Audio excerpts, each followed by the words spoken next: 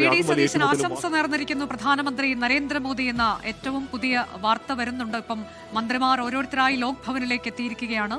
VD. Satheesan മുഖ്യമന്ത്രി, അദ്ദേഹം ലോക് ഭവനിലേക്ക് എത്തിക്കഴിഞ്ഞു. ഗവർണറുടെ ചായ സൽക്കാരമാണ്. ഏതൊക്കെ കാറുകളാണ് മന്ത്രിമാർ ഉപയോഗിക്കാൻ പോകുന്നത് എന്നതിന്റെയൊക്കെ ആദ്യ വിവരങ്ങളും പുറത്തു വരുന്നു. Ramesh Chennithala 21 number car, O.J. Janeesh 10, Shibu baby John 51, അങ്ങനെയുള്ള വിവരങ്ങൾ വരുന്നു. ഒപ്പം തന്നെ ഇവരുടെ ഓഫീസ് സംബന്ധിച്ച വിവരങ്ങളൊക്കെ പുറത്തേക്ക് വരുന്നുണ്ട്. നോർത്ത് ബ്ലോക്ക് 3-ാം നിലയിൽ മുഖ്യമന്ത്രിയും P.K. കുഞ്ഞാലിക്കുട്ടിയും ആഭ്യന്തരമന്ത്രിയും രമേശ് ചെന്നിത്തലയ്ക്കും 3-ാം നിലയിൽ, അങ്ങനെ ആ തരത്തിലേക്കൊക്കെയുള്ള വിവരങ്ങൾ പുറത്തു വരികയാണ്.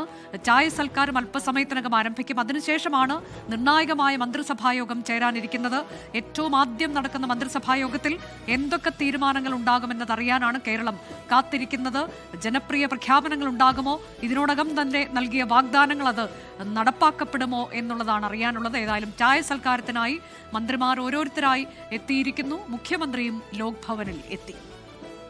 ദിലീപ് കുമാറിലേക്ക് കൂടി പോകാം. ദിലീപ്, സെൻട്രൽ സ്റ്റേഡിയത്തിൽ നിന്നും 1-ാം നമ്പർ കാറിലാണ് മുഖ്യമന്ത്രി വി.ഡി. സതീശൻ ലോക് ഭവനിലേക്ക് പോയിരിക്കുന്നത്. ഇപ്പോഴും അവിടെ ആളുകൾ അങ്ങനെ തന്നെ നിൽക്കുന്നുണ്ട് എന്നുള്ളതാണ് മനസ്സിലാകുന്നത്. അത്രമേൽ വലിയ ആവേശമായിരുന്നു. സ്വാഭാവികമായും കുറച്ച് സമയം കൂടി അതങ്ങനെ തുടരും. നേതാക്കളൊക്കെ മടങ്ങിയിട്ടുണ്ടോ അവിടെ നിന്ന്?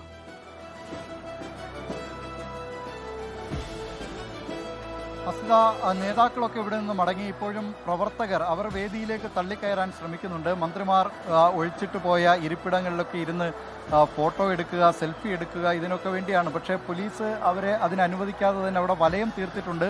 ആ വലയം നൂഴ്ന്നു കയറുന്നുണ്ട് പ്രവർത്തകർ എന്നുള്ളതാണ്. ആ വലയം ഭേദിച്ച് പ്രവർത്തകർ അകത്തേക്ക് കടക്കുന്നുണ്ട്. ആ നിലയിൽ അത് ഏതായാലും നിരുപദ്രവകരമായ ചില കാര്യങ്ങളാണ് അവിടെ നടക്കുന്നത്.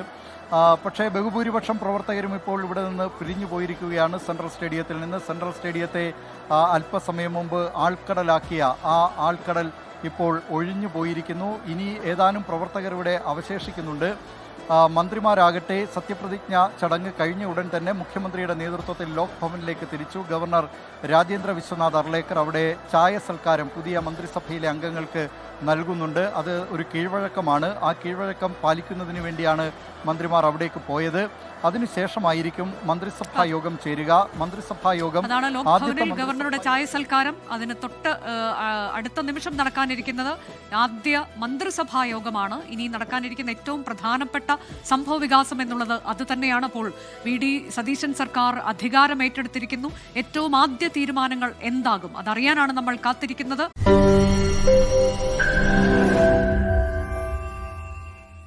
ലോകത്തെവിടെയായാലും ഏത് സമയത്തും 24 വാർത്തകളും ഓഗ്മെന്റഡ് റിയാലിറ്റി പാക്കേജുകളും എക്സ്പ്ലെയിനറുകളും വിശദമായി കാണാൻ ഞങ്ങളുടെ യൂട്യൂബ് ചാനൽ നിങ്ങൾക്ക് സബ്സ്ക്രൈബ് ചെയ്യാം.